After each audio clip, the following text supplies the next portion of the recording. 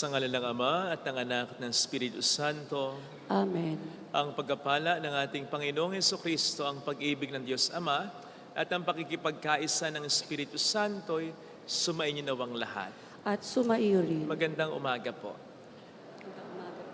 Pagdasal natin ang isa't isa, pagdasal natin ng ating bayan, pagdasal pa rin natin ang ating mga minamahal na yumao, lalo pat ang Nobyembre ay para sa pag-alala sa kanila. Pagdasal natin ang mga OFW, ang mga may sakit, upang tayo maging marapat sa misang ito, halina't magsisimulan tayo sa ating mga kasalanan. Tayo pong lahat, inaamin ko sa makapangyarihang Diyos at sa inyo mga kapatid, na lubha akong nagkasala sa isip, salita at sa gawa, at sa aking pagkukulang. Kaya sinasamo ko sa mahal na Birheng Maria, sa lahat ng mga anghel at mga banal, at sa inyo mga kapatid, na ako'y panalangin sa Panginoong ating Diyos. Kaawaan tayo na mapagmahal na Diyos, patawarin sa ating mga sala, at patnubayan hanggang sa buhay na walang hanggan. Amen. Panginoon, kaawaan mo kami. Panginoon, kaawaan mo kami. Kristo, kaawaan mo kami. Kristo, kaawaan mo kami. Panginoon, kaawaan mo kami. Panginoon, kaawaan mo kami.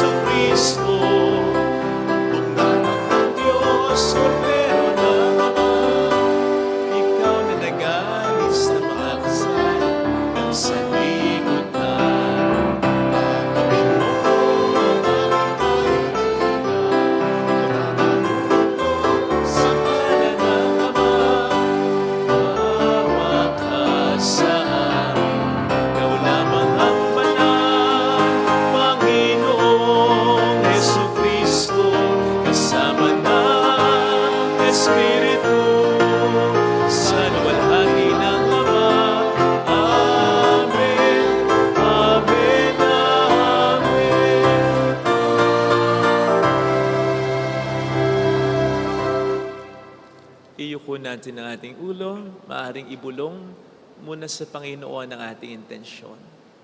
Pakisama po sa dasal ang pag-igi, pagbuti ng kalusugan ni Leoncia Kifara, Alon Alcaraz, Juliet Esanion, Sir Rudy Gonzales, Father Jack Arada, Father Luciano,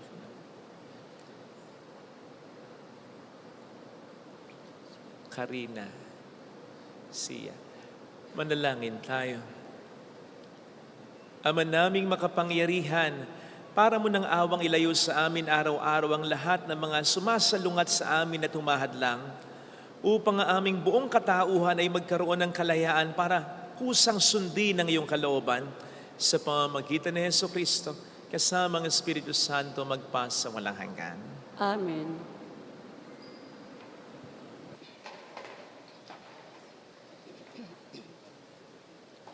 Sa unang pagbasa, isinasalaysay na dahil sa pagtitiwala ng balo sa Sarepta, sa salita ng Panginoon, pinakain at pinainom niya si Elias kahit ang pagkain ay akhuli na nilang kakainin ng kanyang anak bago sila mamatay.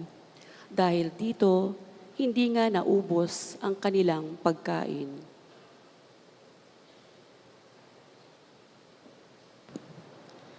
Ang salita ng Diyos mula sa unang aklat ng mga hari. Noong mga araw na iyon, si Propeta Elias ay pumunta sa Sarepta At nang papasok na siya ng pintuan ng lungsod, nakita niya ang balo na namumulot ng panggatong. Sinabi niya sa babae, "Maaari po bang makiinom?" Aalis na ang babae upang ikuha siya ng tubig nang pahabol niyang sabihin, "Kung maaari, bigyan mo na rin ako ng kaunting pagkain." Sumagot ang babae, "Alam po ng Panginoon ng inyong Diyos na wala na kaming tinapay. Mayroon po kaming kaunting harina at kapatak na langis. Namumulot nga ako ng maigagatong upang lutuin iyon at makakain man lamang kami ng anak ko bago kami mamatay." Sinabi sa kanya ni Elias, "Huwag kang mag-alala, humayo ka at gawin mo ang iyong sinabi. Ngunit ipagluto muna ako ng isang munting tinapay at pagkatapos magluto ka ng para sa inyo, sapagkat ganito ang sabi ng Panginoong Diyos ng Israel. Hindi ninyo maubos ang harina sa lalagyan at hindi rin matutuyo yaong langis sa tapayan hanggang hindi sumasapit ang talagang takdang araw nang ulay marapating papatakin ng may kapal." Ginawa nga ng babae ang utos ni Elias at sila'y kumain, si Elias at silang mag-ina, at hindi nga naubos ang harina sa lalagyan at hindi natuyo ang langis sa sisidlan, tulad ng pangako ng Panginoon sa pamamagitan ni Elias. Ang salita ng Diyos. Salamat sa Diyos. Kaluluwa ko yung purihin ang Panginoong butihin. Kaluluwa ko yung purihin ang Panginoong butihin. Ang maasahang lagi, Panginoon, panig sa naapi ang Diyos na hukom, may pagkaing handa sa nangagugutom. Kaluluwa ko yung purihin ang Panginoong butihin. Pinalaya niya ang mga nabihag, isinauli paningin ng bulag. Lahat ng inapi ay itinaas, ang mga hinirang niya'y nililingap. Kaluluwa ko yung purihin ang Panginoong butihin. Isinasanggalang ang mga dayuhang sa lupain niya'y doon tumatahan. Tumutulong siya sa balot ulila, masamang balangkas pinipigil niya. Kaluluwa ko yung purihin ang Panginoong butihin. Walang hanggang hari ang Diyos na puon, nabubuhay lagi ang Diyos mo, Siyon. Kaluluwa ko yung purihin ang Panginoong butihin.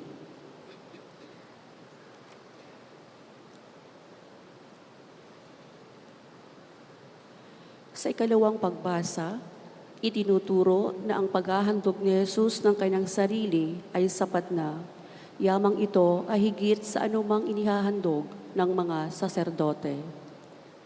Ang salita ng Diyos mula sa sulat sa mga Hebreo. Pumasok si Kristo hindi sa isang dakong banal na ginawa ng tao at larawan lamang ng tunay, kundi sa langit. At ngayon nasa harapan siya ng Diyos at namamagitan para sa atin. Ang dakilang saserdote ng mga Hudyo ay pumapasok sa dakong banal taon-taon, may dalang dugo ng mga hayop. Ngunit minsan lamang pumasok si Kristo upang ihandog ang kanyang sarili, at iyo'y sapat na. Kung di gayon, kailangan sanang siya'y paulit-ulit na mamatay mula pa nang matatag ang sanlibutan. Subalit, minsan lamang siya napakita. Ngayong magtatapos na ang mga panahon upang pawiin ang kasalanan sa pamamagitan ng haing kanyang inihandog. Itinakda sa mga tao na minsan lang mamatay at pagkatapos ay ang paghuhukom. Gayon din naman, si Kristo'y minsang inihandog bilang hain upang pawiin ang mga kasalanan ng mga tao. Siya'y muling darating, hindi upang ihandog na muli dahil sa kasalanan, kundi upang iligtas ang mga naghihintay sa Kanya. Ang salita ng Diyos. Salamat sa Diyos.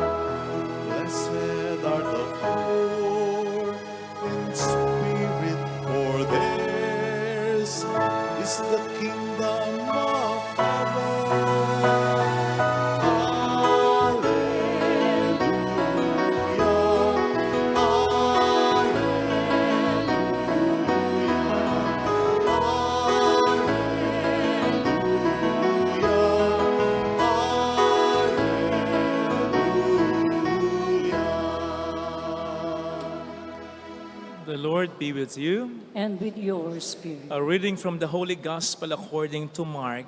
Glory to you, O Lord. Jesus sat down opposite the treasury and observed how the crowd put money into the treasury. Many rich people put in large sums. A poor widow also came and put in 2 small coins worth a few cents. Calling his disciples to himself, he said to them, "Amen, I say to you, this poor widow put in more than all the other contributors to the treasury, for they have all contributed from their surplus wealth, but she, from her poverty, has contributed all she had, her whole livelihood." Sisters and brothers, the Gospel of the Lord. Praise to you, Lord Jesus Christ. Pasensya na po uli sa pagkahuli. Sorry. Welcome po sa Our Lady of Las Lacuasay Parish, kung saan ayos lang umiyak. At samahan tayo ng mahal na ina sa pag-iyak at sa pagdarasal upang maging maayos ang lahat. Narito ang ilan sa mga napaka-generous na tao sa buong mundo with their huge donations. Pasensya na kayo, may listahan ako kasi hindi ko kabisado. Ang una ay si Jamsetchi Tata. Nag-donate ng $102.4 billion para sa education and healthcare. Number 2, si Bill Gates. Nag-donate ng $75.8 billion for healthcare, education, alleviation of poverty, and access to information technology. Number 3, si Warren Buffett. Nag-donate ng $46.1 billion for healthcare, AIDS prevention, and sanitation. Number 4, George Soros. Nag-donate ng $32 billion para sa healthcare, human rights, and social reform. Number 5, Mackenzie Scott. Nag-donate ng $14 billion for racial equality and climate change. Grabe! $1 bilyon na mga donasyon. Pero naisip ko lang habang pinagninilayan ko yung gospel reading ngayon, bakit hindi yata ito natin masyadong naalala? Yung iba nga, ngayon lang natin nalaman, di ba? $1 bilyon na donasyon yan. Kung bakit yung donasyon ng babaeng balo ngayon sa Ebanghelyo, more than 2,000 years ago, hanggang ngayon, naalala natin, pinag-uusapan natin, pinagninilayan natin. Gayo ang kanyang donation ay dadalawang kusing. Paano natin ito ma-explain? Alam po ninyo, for one thing, kapag tayo'y nagbibigay sa Diyos at sa ating kapwa, nakikita yan ng Diyos, pinagmamasdan niya ng Diyos. Pero ang una niyang tinitingnan, hindi yung ating bigay, kundi yung ating puso.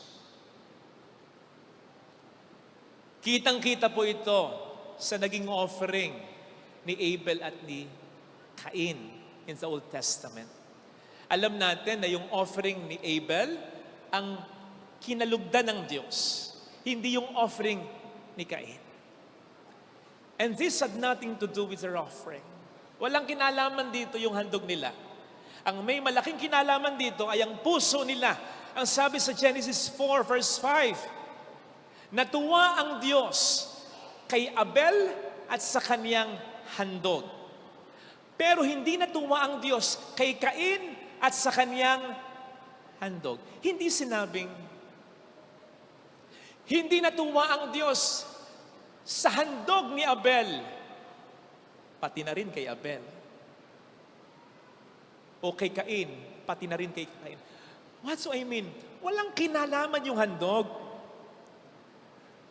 Ang may kinalaman, yung naghandog, kung bakit yung handog either ay naging kalugod-lugod o hindi naging kalugod-lugod. Nang tiningnan ng Diyos si Abel at si Cain, meron siyang nakita sa puso ni Abel na hindi siya nakita sa puso ni Cain. And what was that? Faith. Sinasabi po yan sa letter to the Hebrews, chapter 11, verse 4. By faith, Abel offered to God a more acceptable offering than that of Cain. Sabihin din sa verse 6, without faith, it is impossible to please God. So, kung wala daw tayong pananampalataya, ang ating ibinibigay ay hindi niya ikinatutuwa. Sinabi ko po yan sapagkat yaan ang mayroon ang dalawang babaeng balo sa mga pagbasang napakinggan natin ngayon. Faith. Kaya nagawa nilang i-offer ang lahat-lahat sa kanila. Pwedeng ang tingin natin, kaunti lang yon. 2 kusing. Yun ang lahat-lahat sa kanila. Yun na lang natitira sa kanila. Ibinigay pa nila. Kaya yun ay nagpapakita ng malaking pananampalataya nila. Sinabi naman ni Jesus maraming nag-alay ng malalaki. Pero, yun ay sobra nila. Yung 2 babae sa pagbasa, hindi yun sobra.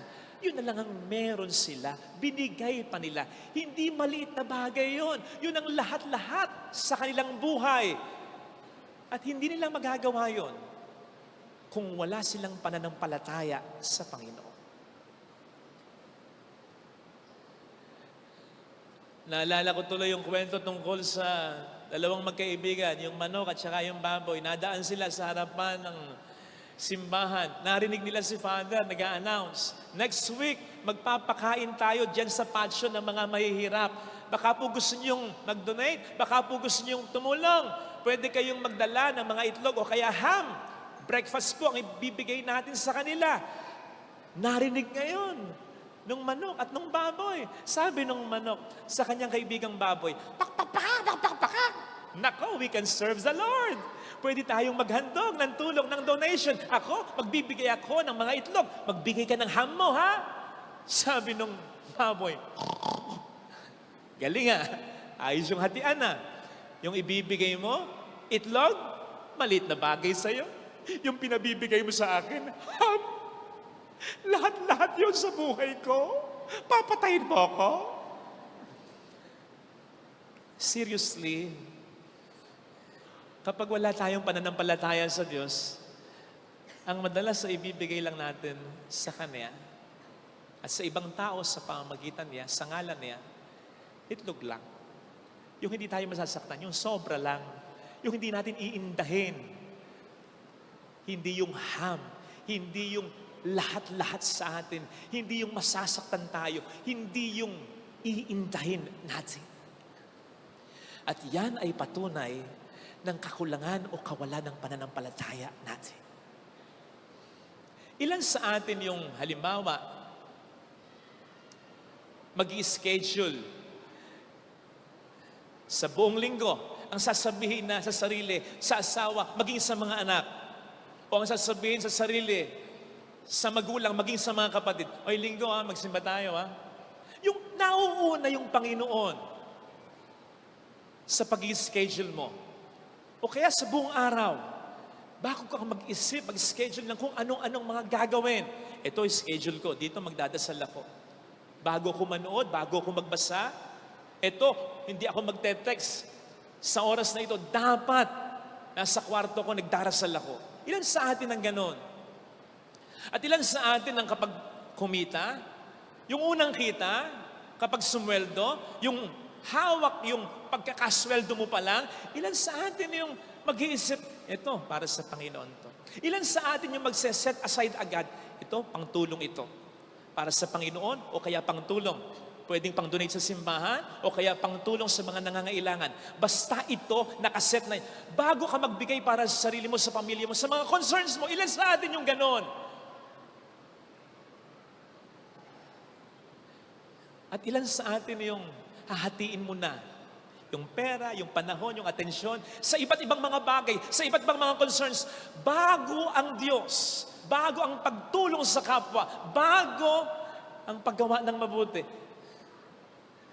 Sa kanilang iisipin yung para sa Diyos at para sa iba, kung may matitira pa. Pero hindi sa unang hahatiin niya. Sa sobrang lang, kung may sosobra pa.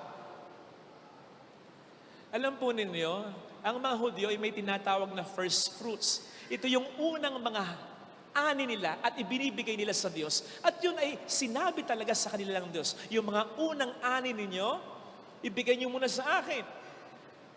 Alam po ninyo, may risk doon eh. Ang risk doon, yung unang ani, ayan eh. Kita na yan eh. Umani ka na eh. Yung pangalawang ani ang sa akin? Teka, paano kung wala ng pangalawang ani? Pero doon makikita ang pananampalataya kasi natin sa Panginoon. So ilan sa atin ang kaya yon? Aminin natin, natatakot tayo, nag-aalala tayo, ang dami nating tanong, ang dami nating bakit? Paano kung ganon? Paano kung ma-short ako? Paano kapag may emergency gastos? Paano kung may ibang lakad ako? Paano kung ang daming papaano? Pagpapakita ng kawalan o kakulangan ng pananampalataya kay Kristo. Kay Kristo o sa Diyos na nagsabi, seek ye first, Matthew 6:33, the kingdom of God and everything will be given you. Unahin muna ako. Akong bahala sa iyo. Sa Diyos na nagsabi, Prophet Malachi 3:10, ibigay mo sa akin ng buong buo ang iyong ikapo, ang iyong ikasampu, at subukin mo ako. Hindi ko alam kung may ibang bersikulo na nag-dare ang Diyos sa tao. Subukin mo ako. Pero dito, sa Malachi 3:10, maliwanag eh. Nagpapasubok ang Diyos sa atin. Subukin mo ako kung ibibigay mo sa akin ng buong buo ang iyong ikapo, kung hindi ko bubuksan ang mga bintana ng kalangitan upang paagusin sa iyo ang mga pagpapala ko. Imagine that. Ito ba'y ilalagay ng Panginoon as inspired words in the Bible many years ago? Kung hindi niya kakayaning pangatawanan ito, isusugal ba niya ang kanyang karakter, ang kanyang salita, ang kanyang pagka-Diyos dito? Ano na lamang ang sasabihin natin? Sinungaling siya, hindi ito totoo. Pero mula noon hanggang ngayon at sa mga susunod pang panahon, wala kang makikita at maririnig na pastor, ministro o pare magsasabing, walang katotohanan nito. Nasubukan. Marami na akong nakilalang tao na nagbigay, pero naubos, nagsisi, nalungkot. Dahil inuna nila ang Diyos. Mars, walang ganun. At walang magiging ganun. Sapagkat laging tapat ang Panginoon. Nung nakaraang linggo, sorry for mentioning this again, sana don't get it wrong. Kasi sakto lang talaga sa sermon. Di ba? Sabi natin, tutulungan natin yung nagtitinda ng sabon. Sa parte ko, sinabi ko sa inyo na talagang very clear. Sinabi talaga sa akin ng Diyos, bigyan mo yan mula sa sariling bulsa mo. At kaya ako naman din in-announce, para maibigay ko, di ba? Kasi nga kung hindi ko i-announce, nagdadalawang isip pa ako eh. Parang ayaw ko eh. So kaya in-announce ko para maibigay ko. Sabi ko dun sa sekretary ko, bigay mo, kuha ka dun sa pera ko. Pera mo talaga? Oo, di ba? In-announce ko na nga, di ba? Alam mo na? Talaga? Oo. Di, binigay ko. Wala pong biro. Sakto. After 3 days, may dumating unexpected blessing sa buhay ko. Sobra-sobra pa dun sa amount na binigay ko. Hindi laging ganito. Pero sigurado ako, gaganti ang Diyos sa atin kapag nagbibigay tayo, lalong-lalo na kung produkto ng ating pananampalataya sa kanyang kabutihan at pagbibigay ito. Ito po ang dahilan kung bakit hindi rin naman ako nag-aalaga ng mga donors ng simbahang ito. Sa dami-dami ng nagastos sa pagpapatayo nito, pati yung mga nakikita nyo yan na palamuti nito, maraming donors ito. Hindi lamang po tayo nagkikita-kita tuwing linggo. Pero hindi ko sila talaga inaalagaan. What do I mean? Hindi ko tinetext, Consistently, daily. Hindi ko sinasabing, good morning, kumusta na po kayo? Hindi ko napupuntahan, hindi ko nadadalaw. Hindi ko napapagbigyan sa mga kahilingan. Kahit kumain lang sa labas o kaya ikasal yung anak nila, binyagan yung apo nila, i-bless yung resort nila. Marami sa kanila ang hindi ko talaga napagbigyan at naalagaan. No wonder marami sa kanila ang hindi na nagsisimba dito. Napansin ko lang. Kasi marami ang hindi ko inalagaan. Kung nanonood po kayo, pasensya na po, pero from my heart, we acknowledge you, we appreciate you, pinagdarasal ko kayo. Kaya lang, ayoko lang na ako ang gumanti talaga sa inyo. Mas gusto ko na ang Diyos ang gumanti sa inyo. Kasi kung ako ang gaganti sa iyo, maraming mawawala sa inyo. Kasi kaunti lang ang maigaganti ko. At ayaw ko ba nun? Gagantihan kita? Gagantihan mo rin naman ako. Aalagaan kita? Siguradong aalagaan mo rin naman ako. Pero huwag tayong mag-alagaan. Hayaan natin ang Diyos ang siyang mag-alaga sa atin. Kanina lang talaga, may nag-offer. Father, pumasa po ako sa board exam. Sige, sige. Thank Mama Mary, thank Mama Mary. Ang tagal. Father, ito po yung offer. Ayan nga, bigay mo na. Lagay mo na sa buslo. Father, malaki po ito. Ilagay mo nga sa buslo. Hindi naman ako ang dahilan kung bakit pumasa ka. Siya. Sa Diyos ka mangutangan ng loob, hindi sa akin. Mas maraming mawawala sa atin kung sa tao tayo mangungutangan ng loob at hindi sa Panginoon natin. Maliwanag naman Sinabi sa gospel reading, umupo si Jesus kung saan iniuhulog yung mga alay. Ibig sabihin, tinitingnan ng Diyos kapag tayo nagbibigay. Tinitingnan muna niya ang ating puso kung tunay ang ating pagbibigay. At dahil nakikita niya ang ating pagbibigay, kung hindi ito gagantihan ng iba, siyang gaganti para sa atin. Kung hindi ito ina-appreciate ng iba, siyang nakaka-appreciate at siya din ang magpapakita nito sa iba. Hindi nga ba't sinasabi, walang lihim ang hindi mabubunyag? Nasa Bible yan. At hindi yan para sa kasalanan lang, para din sa kabutihan yan. So that your light may shine. Ang Diyos ang magbubulgar ng ating mga ginagawang lihim na kabutihan. At siya rin ang magsusukli. Yan. Kaya sana, yan ang ating sampalatayanan. Basta tunay ang ating pagbibigay, siya ang gaganti, siksikliglig, at umaapaw. Ilagay natin ang ating kanang kamay sa tapat ng ating puso.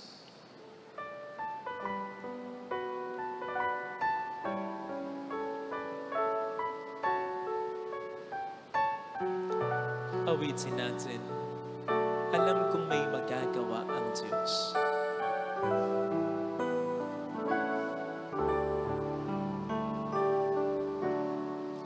Alam kong may magagawa ang Diyos. Alam kong may magagawa ang Diyos.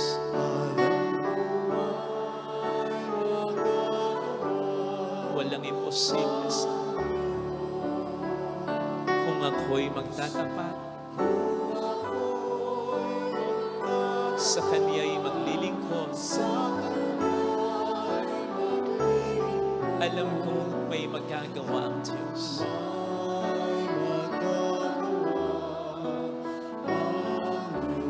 Alam kong diringgin ng Diyos ang samo sapagkat mahal niya ako.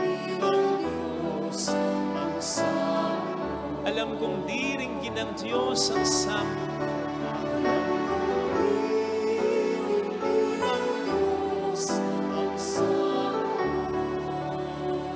Kung ako'y magtatapat, sa Kanya'y maglilingkod,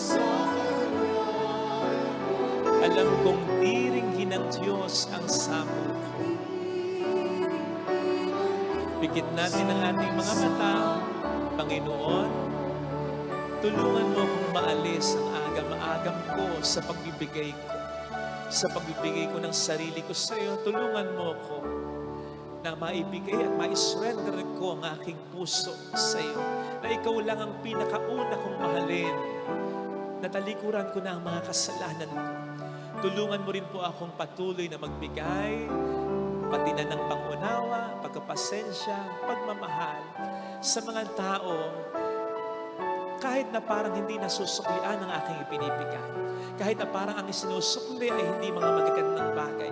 Tulungan mo kung huwag maidepende ang mga ibibigay at dapat kong ibigay sa natatanggap ko sa kanila. Tulungan mo kung kahit walang mata, magbigay.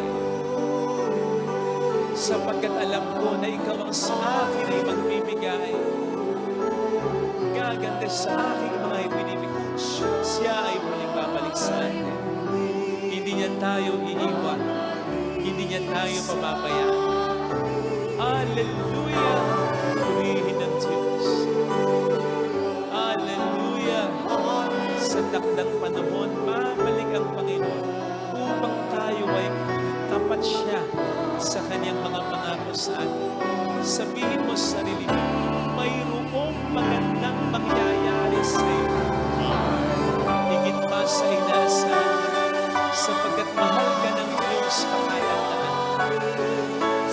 Kung lalapit ka kay Jesus, maaaring matagal, maaaring maging mahirap, pero magiging maayos din ang lahat. Mayroong magandang mangyayari sa iyo. Nakikita ng Diyos ang ginagawa mo. Kung lalapit kay Jesus.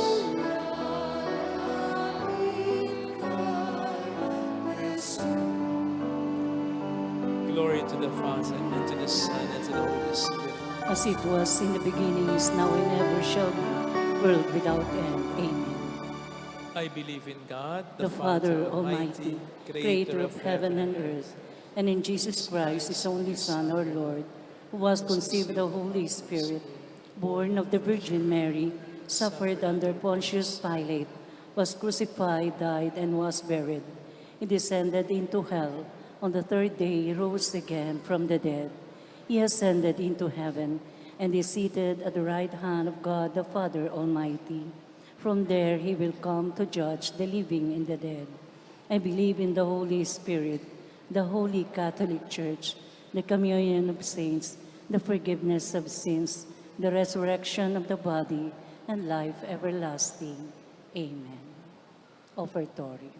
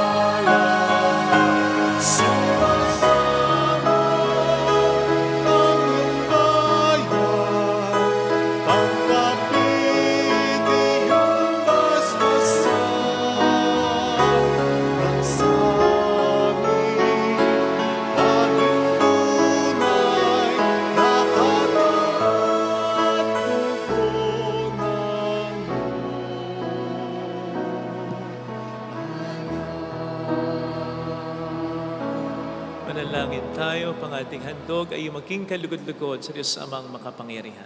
Tanggapin nawa ng Panginoon itong paghahain sa iyo mga kamay sa kapurihan niya at karangalan sa ating kapakinabangan at sa buong sambayanan niyang banal.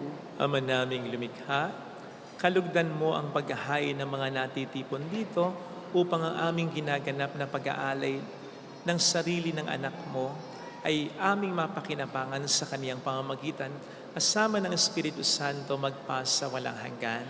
Amen. Sumainyo ang Panginoon. At sumaiyo rin. Itaas sa Diyos ang inyong puso at diwa. Itinaas na namin sa Pasalamatan ng ating Panginoong Diyos. marapat na siya ay pasalamatan. Ama naming makapangyarihan, tunay nga pong marapat na ikaw ay aming pasalamatan. Nasa iyong aming buhay, pagkilos at pag-iral. Sa pamumuhay namin na araw-araw, tinatamasa namin ang iyong pagmamahal. Sa pag-ibig mong ipinulas ang katauhan ng Espiritu Santo'y unang aning bigay. Ng anak mong naglagat sa amin ng katiyakang nakalang mabuhay kami sa piling mo kailanman. Kaya kaisa ng mga anghel na nagsisiawit ng papuri sa iyo ng walang humpay sa kalangitan, kami nagbubunyi sa iyong kadakilaan. Santo, Santo, Santo, Panginoong Diyos na mga hukbo, napupuno ang langit at lupa ng kadakilaan mo. Hosana sa kaitaasan. Pinagpalang na paririto sa ngalan ng Panginoon. Hosana sa kaitaasan. Ama naming banal, ikaw po ang bukal ng tanang kabanalan. Kaya't sa pamamagitan ng iyong Espiritu, gawin mo pong banal ang mga kaloob na ito upang para sa amin ay maging katawan at dugo ng iyong anak na aming Panginoong Hesukristo. Bago niya pinagtiis ang kusang loob na maging handog, hinawakan niya ang tinapay, pinasalamatan kaniya, pinaghati-hati niya iyon. Iniabot sa kaniyang mga alagad at sinabi, tanggapin ninyong lahat ito at kanin. Ito ang aking katawan na ihahandog para sa inyo.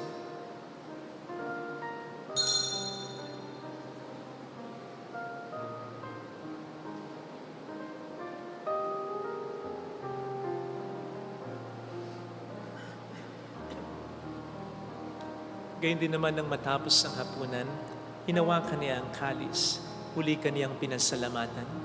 Iniabot niya ang kalis sa kaniyang mga alagad at sinabi, tanggapin ninyong lahat ito at inumin. Ito ang kalis ng aking dugo, ng bago at walang hanggang dipan. Ang aking dugo na ibubuhos para sa inyo at para sa lahat, sa ikapagpapatawad ng mga kasalanan. Gawin niyo ito sa pag-alala sa akin.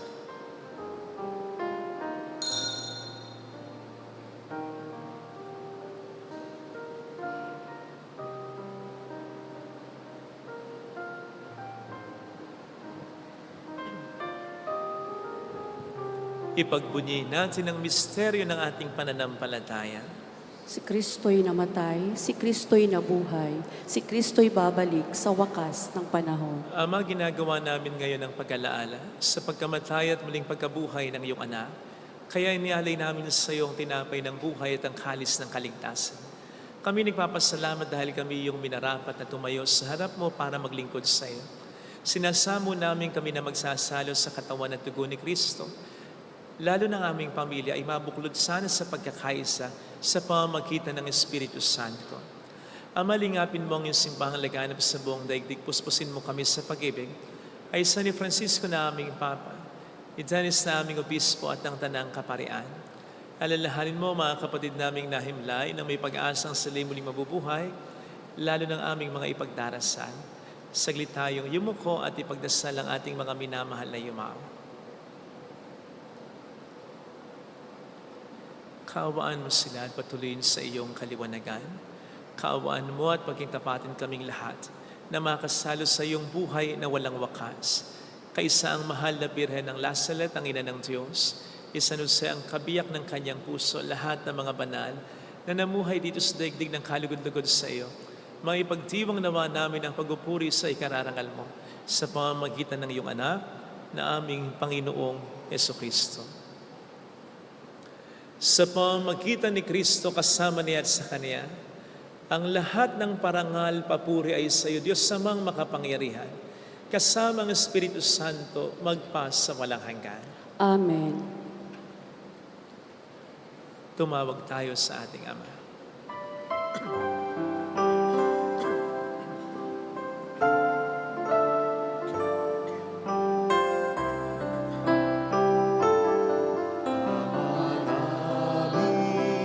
Sumasalangit ka, sambahin ang ngalan mo, mapasahin ang kaharian mo, sundin ang loob mo, dito sa lupa para sa langit. Bigyan mo kami ngayon ng aming kakanin sa araw-araw at patawarin mo kami sa aming mga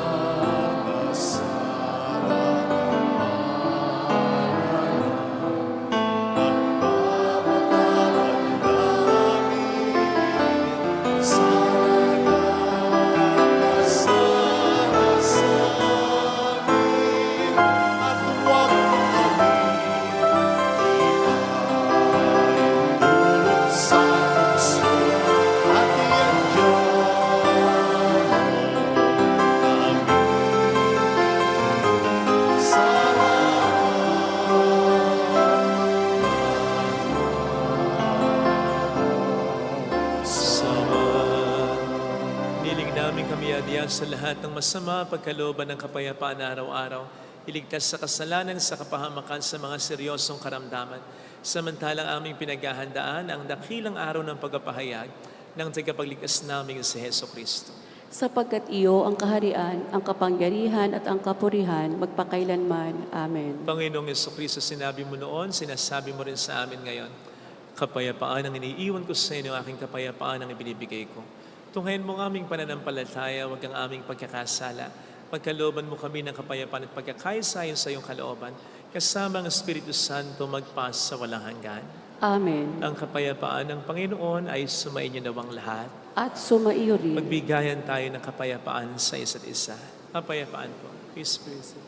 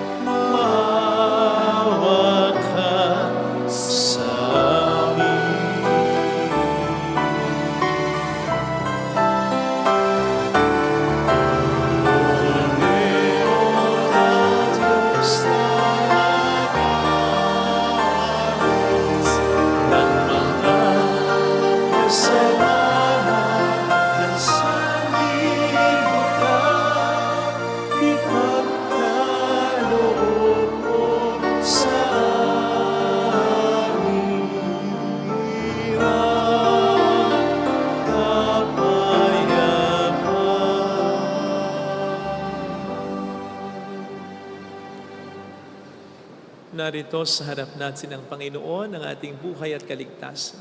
Mapalad tayong inaanayahan. Panginoon, hindi ako karapat-dapat na magpatuloy sa iyo, ngunit sa isang salita mo lamang ay gagaling na ako.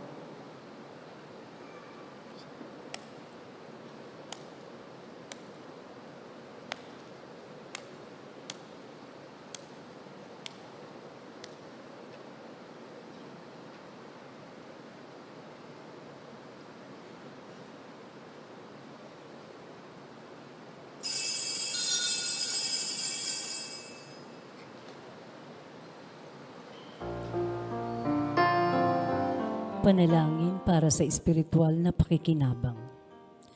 Panginoong Hesus, ako ay naniniwala na ikaw ay nasa kabanal-banalang sakramento.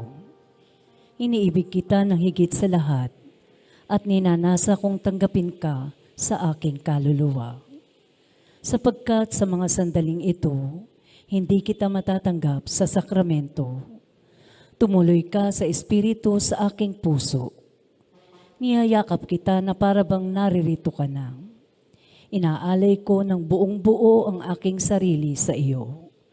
Huwag mong hayaang mawalay ako sa iyo. Amen.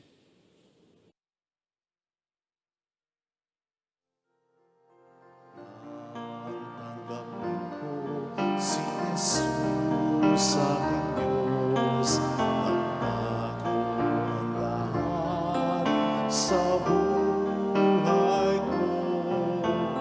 Bagong ligaya ang nadarama. Bagong pag-asa ang ibibigay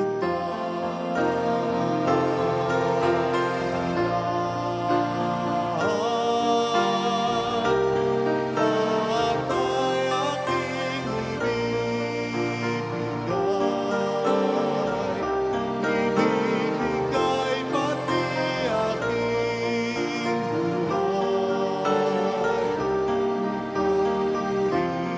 Purihin siya.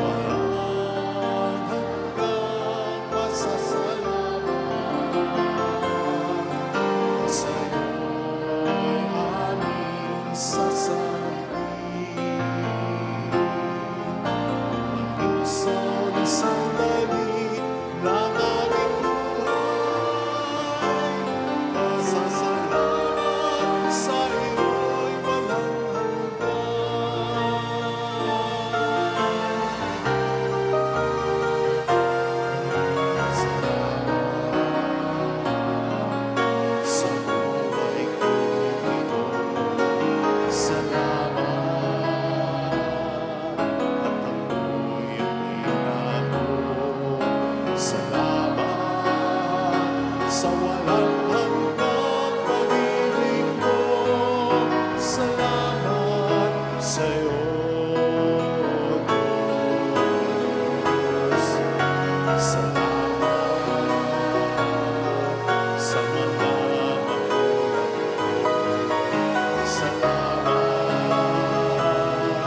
sa mga kapatid ko. Salamat sa lahat ng kaibigan ko. Salamat, salamat sa'yo. Hanggang masasalamat sa'yo'y aming sasabihin. Isang sandali ng aming buhay, masasalamat sa'yo'y, masasalamat sa'yo'y, masasalamat sa'yo'y walang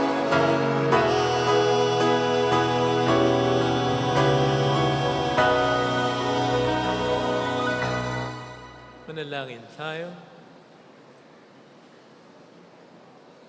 Ama naming mapagmahal, tinatanaw naming utang na loob ang banal na pakikinabang at hinihiling namin ang Espiritu Santo ay mag-umapaw sa kalooban naming kanyang tinitigib ng iyong kadakilaan upang ngayong kagandahang loob ay manatili sa amin palagian sa pamamagitan ni Jesucristo kasama ang Espiritu Santo magpa sa walang hanggan. Amen. Holy God, Holy Mighty One, Holy Immortal One, Have mercy on us and on the whole world. Holy God, Holy Mighty One, Holy Immortal One, Have mercy on us and on the whole world. Holy God, Holy Mighty One, Holy Immortal One, Have mercy on us and on the whole world. Jesus, King of Mercy, We trust in you. alalahanin, Lalahanin, o mahal na Birhen ng Lazaret, ina ng pag-asa, ikaw ang nagpaalala sa aming magbalik loob sa Ama. Ito ang nagpapatunay na ang kagandahang loob mo'y nanatiling busilak. Sa pag-aaruga mo sa amin, tungkulin mo'y tinupad. Sa paanan ni Kristo'y itinuring mo kaming mga tunay mong anak. Kaya ninais mong ni Isay, huwag mapahamak. Maging sa iyong walang tigil na pananalangin, pati luhay pumatak. Huwag namang mawala ng saysay ang iyong paghihirap.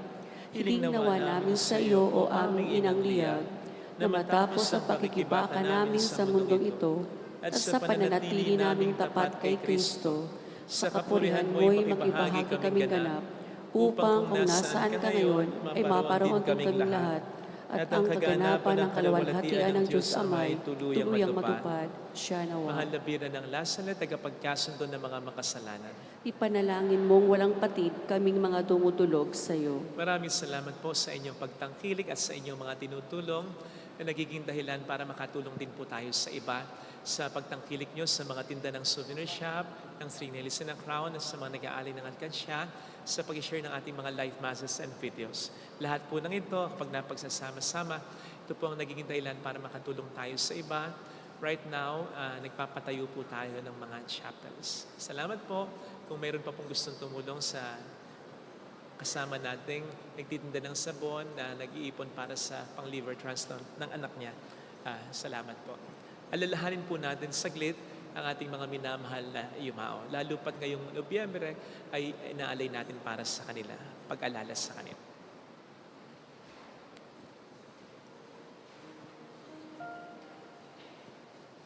Sa bawat pagluhod, paghiling ang ating itutugon sa bawat panalangin.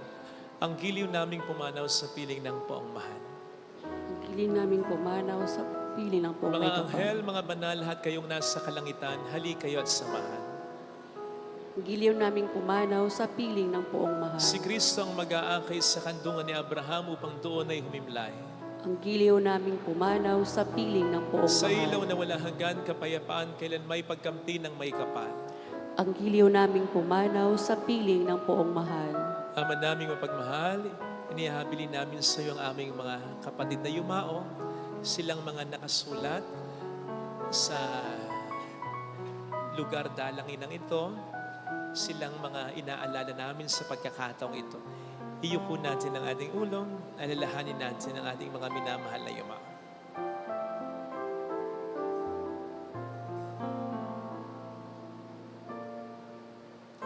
Pag mo po silang pababayaan, pamalagin mo silang buhay sa iyong piling. Alang-alang sa iyong awat pag-ibig, patawarin mo na sana ang kanilang pagkukulang o nagawang kasalanan. Dala lang po ng kanilang kahinaan. Manatili nawa silang maligaya sa iyong piling kasama ng iyong anak at ng Espiritu Santo magpa sa walang hanggan. Amen. Sa paraiso, magkikita-kita muli tayo. Samahan mo na kayo ng mga santo kahit na may naon na tayo rin ay magsasama-sama upang lagi tayong lumigaya sa piling ng Diyos Ama. Paalam mo na sa inyong muli, mga kapatid naming pumanaw, mga aming minamahal. Ang aming pag-ibig, ang awa at pag-ibig ng Diyos ay baunin niyo. Sa ngalan ng Ama at ng Anak at ng Espiritu Santo. Amen.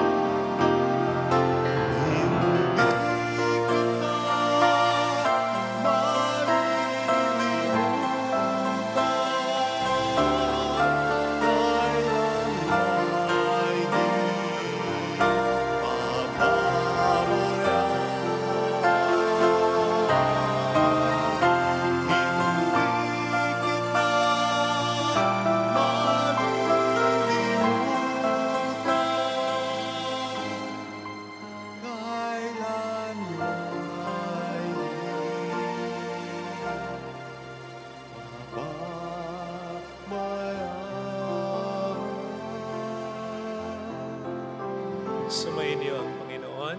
At sumaiyo rin. Magpalain tayo kasama ang ating pamilya na mapagmahal na Diyos, ng Ama at ng Anak at ng Espiritu Santo. Amen. Humayo tayo sa kapayapaan ni Kristo. Salamat sa Diyos. Salamat din po.